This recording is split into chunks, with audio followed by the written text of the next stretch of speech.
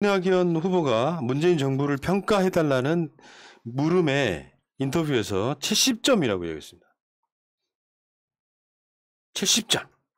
내가 이걸 보면서 밤에 한 1시간을 안 자고 고민을 했어. 이낙연은 왜 70점이라고 했을까? 이게 이낙연스럽구나 이런 생각 해봤어요. 그러니까 쉽게 말하면 간복이죠, 간복이. 왜냐하면 점수를 우리가 왜 1부터 10까지 해가지고 그 점수를 매길 때 70이면 애매해. 잘했다고 칭찬하기도 그렇고 못했다고 공격하기도 그렇고. 근데 이게 문재인 정부뿐만 아니라 우리나라 역사상 최장수 총리예요. 네.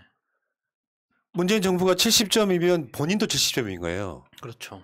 말하자면 어떤 부분으로 우리가 비교를 할 수 있냐면 문재인 정부가 못했다고 생각하면 본인은 대선 나오면 안 되는 거예요. 이재명은 지금 본인이 성남시장이나 경기도지사 시절에 해놓은 게 있기 때문에 나는 해봤다. 잘할 수 있다. 한데 70점인데 만약에 한번 보세요. 문재인 정부는 90점이라고 얘기해봐요. 보수 언론이 엄청 공격하겠지. 뭐 어쩌고저쩌고 이야기할 거 아니야. 60점이라고 이야기해봐요. 문 대통령 지지자들이 엄청 화를 내겠지. 네. 그러니까 묘한 지점에서 세모를 딱 그은 거야. 그러니까 저도 잘한 것도 못한 것도 아니다. 저도 굉장히 비겁하다고 느꼈습니다. 그러니까 가장 최근에 이제 이낙연 그 예비 후보가 가장 장시간 인터뷰를 했던 그 김호준 씨하고 인터뷰를 했던 내용이 방송이 있잖아요. 그걸 굉장히 꼼꼼하게 들었는데 제가 느낀 건 그러니까 그 이낙연 그 대표가 항상 강조했던 게 뭐냐면 유능한 직업 정치인이 필요하다고 생각했다 이거였습니다. 그러니까 일하는 정치인, 실제로 어떤 정책적 변화를 만들어내고 실무에 강한, 현장에 강한 유능한 정치인이 필요했는데 그 당시에 그런 정치를 하는 사람이 없어서 내가 정치를 시작했다 이런 이야기를 했고 지금 현재도 마찬가지다라고 이야기를 했거든요. 그러면 이낙연 대표한테는 당이 필요 없는 거예요. 그냥 공직, 그러니까 관료의 느낌, 그러니까 정치하는 관료 이런 느낌인 거지 정치적 결단이라는 거는 없는 거죠. 그러니까 굉장히 비겁한 표현들이에요. 내가 나 스스로의 겸양을 그러니까 저 문재인 정부는 70점이라는 저 말 자체는 스스로 겸손하다는 어떤 이런 그 전제를 깔고 있는 거거든요. 그러니까 나는 겸손하지만 문재인 정부는 무능하다. 그러니까는 나는 원래 잘하는 사람이고 못해도 70점을 하는 사람이다. 이런 이야기를 하고 싶은 거죠. 학점으로 치면요. 70점이면 D학점입니다. 잘했다고 말할 수가 없어요. 왜냐하면 1부터 10 단위로 가기 때문에 61부터 70까지가 같은 문맥이라고요. 그 60점 이하면 F학점인 거예요. 91점 이상이 A학점인 것처럼. 그러니까 D학점을 주고 있는데 물론 화낼 만해. 왜냐하면 본인이 속해 있던 최장수 총리로서의 입장에서 70점이라고 하는 게 어떻게 점수 줄 수 있겠지만 여론의 간번 행위가 난 더 괘씸한 거예요. 네. 예를 들면 70점이라고 하는 숫자에 묘하게 다리를 걸쳐서 뭔가 비판하기도 하고 애매하기도 한 어떻게 보면 높은 점수인 것처럼 보이지만 우리가 보기엔 되게 낮은 점수로 보이는 이 코로나 시국에 문 대통령이 경제를 못했습니까? 뭘 못했습니까?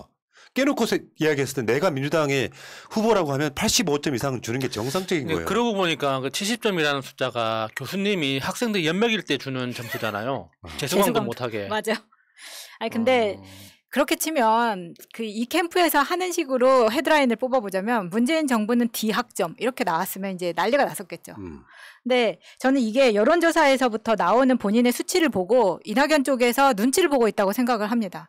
윤석열이 빠지면 이낙연이 올라가고 이낙연이 빠지면 윤석열한테로 간다는 이 어느 정도의 추세를 읽으면서 눈치를 본다고 생각하는데 민주당 대선 경선 후보가 보수 쪽의 눈치를 보면서 현 정부에 심지어 자기가 총리로 있었던 정부에 대해서 70점 D학점을 준다는 게 말이 됩니까? 수미양이죠. 수미양. 저는 D학점이나 가는 이제 쉽게 표현하면 탈락이니까 네. 그중에 정말 애매한 점수였는데 이게 이낙연 후보의 스타일이구나. 그러니까 점수를 너무 높이 주기에는 저쪽에 공격이 더럽고 맞아요. 점수를 낮게 주기에는 이쪽에 공격이 더럽고 애매한 곳에 걸쳐갖고 중도적인 입장에서 봤을 때는 이낙연이나 윤석열이나 둘이 보고 지금 저울질을 하는 상태라는 거죠. 그 말은 그냥 정치에 그렇게 깊숙이 관여하지 않는 관심이 없는 국민들 입장에서는 그 둘이 비동비동하게 보인다는 이야기입니다. 거기에 대해서 눈치를 또 보고 있는 거고요. 본인한테 딜을 주셨으니 대선 출마하시면 안 되겠네. 아니 왜냐면요 국무총리라고 하는 자리에 있다는 것은요 어떤 느낌이냐면은 대통령을 대신하여 행정부를 총괄하는 사람이야. 예. 그럼 거기서 뭔가 막 개혁을 이루어내고 뭔가 막 혁신을 이루어내고 하면서 야 저 사람 대통령 하면 좋겠다 이런 느낌이 줘야 되잖아요. 근데 언론인 출신답게 이렇게 국회에서 이렇게 답변 잘하는 정도의 나머지의 이미지가 하나도 없는 사람이기 때문에. 그러니까 그 문재인 정부 70점이지만 뭐 부동산 정책이 아쉽다. 전반적으로 잘했지만 이렇게 평가를 했는데 그 부동산 정책이 아쉬운 가장 근본적인 원인은 그러니까 이낙연 당시 총리한테 있는 거예요. 이재명 지사뿐만 아니라 많은 부동산 전문가들이 동의를 하는 거지만 문재인 정부가 가려고 하는 부동산 정책의 방향은 맞다니까요. 너무 당연한 거 아닙니까? 상식적인 거잖아요. 그러면은 그 방향은 맞는데 정책은 결과적으로 실패했다. 사실 실패한 것도 아니에요. 지금 정책이 집행되고 있는 과정이니까. 그러면 국민들이 왜 실패했다고 느끼느냐? 그건 결국에는 그 당시 총리의 책임인 거지. 그게 어떻게 정부 책임입니까? 그래서 이재명 후보 측에서 그런 이야기를 했잖아요. 대통령의 지시를 충실히 못 따라서 부동산 정책이 실패했다라고 하면 그것은 이낙연의 책임이다 이렇게 그렇죠. 그런 논리를 만들고 있던데 아무튼 지금 본인의 정부에 대한 자부심도 없으신 것 같고요. 근데 문제는 이제 요즘 재밌는 거 하나 나오죠. 이낙연 후보가 지지율을 확 까먹었던 것 중에 하나가 사면 조장이었지 않습니까? 그래서 지금 8.15에는 이명박 박근혜 특사 없다. 대통령이 지금까지 8.15 특사를 한 번도 한 적이 없답니다. 예. 그러니까 올 초에 사면 조장을 하면서 그 얘기가 나왔고 소위 말하면 똥파리들이 이낙연을 쉴드 치기를 대통령의 뜻을 본인이 대신 전달한 거다 얘기했지만 대통령은 지금 그 사면을 전혀 남발하고 있지 않아요. 그러니까 그것도 문재인 대통령은 대한민국의 새로운 어떤 정치 문화, 정치 관례 이렇게 만들어 가고 싶은 거죠. 예. 사면권은 대통령에게 있지만 행사하지 않고 오로지 사법부의 권한으로 남겨두는 그런 정치적 전통을 만들고 싶은 그런 예. 비전이 보이는 건데 이해를 못하는 것 같아요. 자, 그런데 지금부터가 중요해요. 이건 진짜로 검증을 해야 됩니다. 이낙연 후보가 상임위원장으로 있을 때 국회 농수산식품위원회 이 상임위원장으로 있을 때 이게 한번 말씀드렸는데 제가 거기다가 업그레이드 버전으로 말씀드리는 거예요. 이때 기사를 한번 볼게요. 이낙연 위원장에게 존경과 사랑을 4대강 예산 통과에 고무된 한나라당. 이낙연 위원장이 너무 솔선수범해가지고 너무 통과를 잘 시켜주는 바람에 이야 야당 위원장이 너무 잘했어. 이게 지금 2009년이에요. 2009년. 예. 지금도 잘 보세요. 2009년이면 무슨 일이 있었던 해냐면 노 대통령 돌아가신 그 해예요. 5월 달이었고 지금 12월 달이죠. 이낙연이 앞서서 4대강 예산을 통과를 시켜줍니다. 와. 근데 그 기사의 말미에 이런 게 있습니다. 그게 장광근 당시 한나라당 사무총장의 이야기예요. 야당 상임위원장들에 대한 세심한 배려도 아끼지 않았다. 칭찬 릴레이가 계속되자 장광근 사무총장이 이낙연, 정장선 위원장이 민주당 내에서 곤욕스러울 것이라며 만류에 나선 것이다. 칭찬 그만하라 이거죠. 장광근 사무총장은 얼마 전 라디오 인터뷰에서 추미애 이종걸 의원이 위원장으로 있는 환노위와 교과위의 여러 파행과 대비해 여기도 추미애가 등장하는군요. 이낙연, 정장성 두 분의 활동을 칭찬한 적이 있었다며 그랬더니 간접적인 경로를 통해서 여당에서 그렇게 칭찬할수록 민주당 내에서 힘든 위치가 된다는 호소가 들어왔다. 칭찬 그만해라. 이낙연, 정장선이 그렇다는 거예요. 이낙연, 정장선 위원장이 오늘 또 민주당 내에서 곤혹스러운 입장에 처하지 않을까 우려된다. 너무 칭찬하지 않았으면 좋겠다.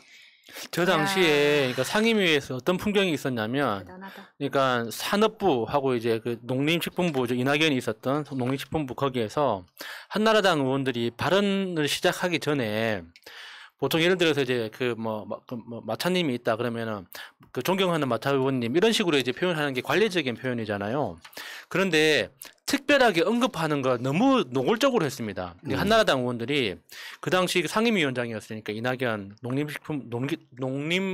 농림위원회 그러니까 그 이낙연 위원장님에게 특별한 존경의 말씀을 드리면서 발언 시작하겠습니다. 계속 그랬지. 이런 식으로 계속 이야기를 하는 거예요. 한나라당 의원들이 돌아가면서. 그거는 굉장히 특별한 거거든요. 왜냐하면 그 말 자체는 기록으로 다 남아요. 상임위에서 하는 말들은 기침한 소리까지 다 기록으로 남기 때문에 이게 그 당시 이낙연 의원은 어떤 생각을 하고 있었는지가 궁금한 거예요.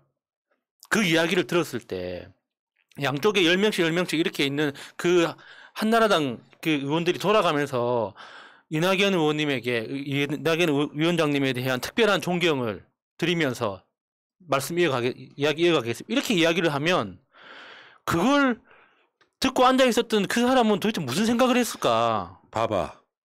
그 당시 분위기가 이런 거였어요. 그 당시에 그 원내대표가 보온 안상수였어. 보온병. 안상수가 한 말이에요. 민주당의 이낙연 정장선 의원이 위원장으로 있는 농식품위와 지식경제위는 법안 심의에서도 1, 2위를 다툰다. 이분들은 소속 정당보다 국회의 직무 자체가 국가를 아끼고 사랑하는 분들이다. 한나라당 의원들도 존경과 사랑을 보내고 있다. 평생 협치이신 분이에요. 근데 그 시점이 언제라고? 노무현 대통령 그렇게 돌아가신 그해 일어난 일이에요. 자, 그러면 그 당시 이낙연 후보가 이명박하고 찍힌 사진이 많더라고요. 하나씩 볼게요. 이게 전남도지사 시절이 아닙니다. 그 옆에 이 사진에 보면은 박준영이라고 전남도지사가 있고요. 이명박 야당 의원이 이명박 전체적으로 수행 느낌이 날 정도. 예. 하나 더요. 여기도 보이시죠? 이명박 옆에 이낙연? 물론 이 다음에 사진에 그 영광 원전 찾은 이명박 같은 경우는 지역구이기 때문에 그럴 수 있다고 쳐. 주로 보면은요, 이명박과 찍힌 사진이 굉장히 많은데, 다시 말씀드려요. 이때가 노무현 대통령 돌아가신 그 해였다고. 근데 이 양반이 이명박과 사진도 잘 찍힐 뿐더러, 여기 봐봐. 이 사진을 보면 4대강 사업 영산강 구강 기공식에 참석한 지 12일 만에 다시 호남을 찾은 것이다. 여기도 이낙연이 있어요. 야당 국회의원이라고 이 양반이. 근데 4대강 예산을 솔선수범에 통과시켜줬어. 그 당시 한나라당에서 칭찬을 엄청 할 정도로. 굉장히 더 궁금해지네요. 그러니까 노무현 대통령 그 장례식 기간 동안 그 장례 절차에서 어떤 역할을 했었는지 그 당시에 그 장례위원장이 그 한명숙 전 총리였잖아요. 그러니까 그 외에 이제 장례위원회에 많은 정치인들이 있었는데 거기에서 이낙연 당시 의원이 어떤 역할을 했었는지 문득 찾아보고 싶어지네요. 한번 찾아볼까요, 본격적으로? 아니, 그러니까 예를 들어서요. 적극적으로 저렇게 하지 않으면 저런 사진 안 나온다니까요. 예. 아니, 여당 국회의원도 아니고 야당 국회의원이 요소요소에 이명박과 사진을 찍고 4대강 예산 자기가 솔선수범에 통과해가지고 그 당시 한나라당 국회의원들이 막 극찬할 정도라면 예. 문제 있는 거고요. 대통령 후보로 나오실 분은 이런 게 결격 사유예요. 민주당 입장에서 보면. 이명박이 4대강 부역하신 분 아닙니까? 적극적으로. 그러니까 노무현 대통령 돌아가셨던 그 해에 정말 제대로 활동 못한 정치인들 엄청 많아요. 이걸 그러니까 어떻게 해소해야 되는지, 이걸 정치적으로 어떤 방식으로 제기를 이게 민주당 전체가 어떤 식으로 제기를 해야 되고 나는 이 울분을 어떤 방식으로 감정적으로 추스려야 하는지 정리가 안 돼가지고 제대로 의정 활동 못한 사람들이 엄청 많아요. 그런데 저 사진 보니까 사실 좀 너무 화가 나네요, 진짜. 배신당한 것 같은 느낌이에요. 그때 2009년 당시에 평범한 시민들도 너무 놀래가지고 몇 달 동안 정신을 못 차렸는데 그렇죠. 이명박 옆에 붙어가지고 저렇게 다 같이 다닐 수 있다는 것 자체가 2010년도 아니고 그 해잖아요. 몇 달 후인데. 나 같으면 지역구에 대통령이 왔더라도 나 같으면 안 갑니다. 감정적으로 싫으면 굳이 가야 될 이유가 없잖아요. 안 간다고 정치적으로 욕하는 것도 아닌데 진짜 납득하기 힘드네요, 진짜. 그런 분이시니까 사면 이야기 하는 거예요. 사면이 박근혜 사면만 얘기하는 거 아니잖아요. 이명박 박근혜. 이런 분이 만약에 대통령 되면 대한민국 개혁 되겠습니까? 다 사면해져 버리고. 이런 걸 검증하라고요. 그래야 뭐 민주당 결의랑 맞는지 안 맞는지, 이 사람이 대통령이 되면 뭐 개혁이 될 건지 말 건지, 그런 걸 검증하라고. 뭐 김부선 말 들어갖고 음주운전 이야기나 해서 말이야. 보수당에서 출마를 했어도 하나도 어색하지 않은 분이라고 생각이 드네요. 자, 이낙연 이야기는 여기까지인데 한참 지금 토론이 벌어지고 있는데 우리가 YTN 이기고 있어요. YTN 인수합시다 이제. 여러분들 그 좋아요 좀 눌러주시고요. 야, 대선 후보 6명이 나온 그 레거시 미들을 이기고 있다는 건 대단한 거예요, 여러분들. 우리가 한 명당 2명씩 다 커버하고 있는 그 중에 채널 실시간 시청하시는 분들이 지금 그 중에 한 3,000명 가 있거든요. 압도적으로 이기고 있는 거네. 여기까지 하겠습니다.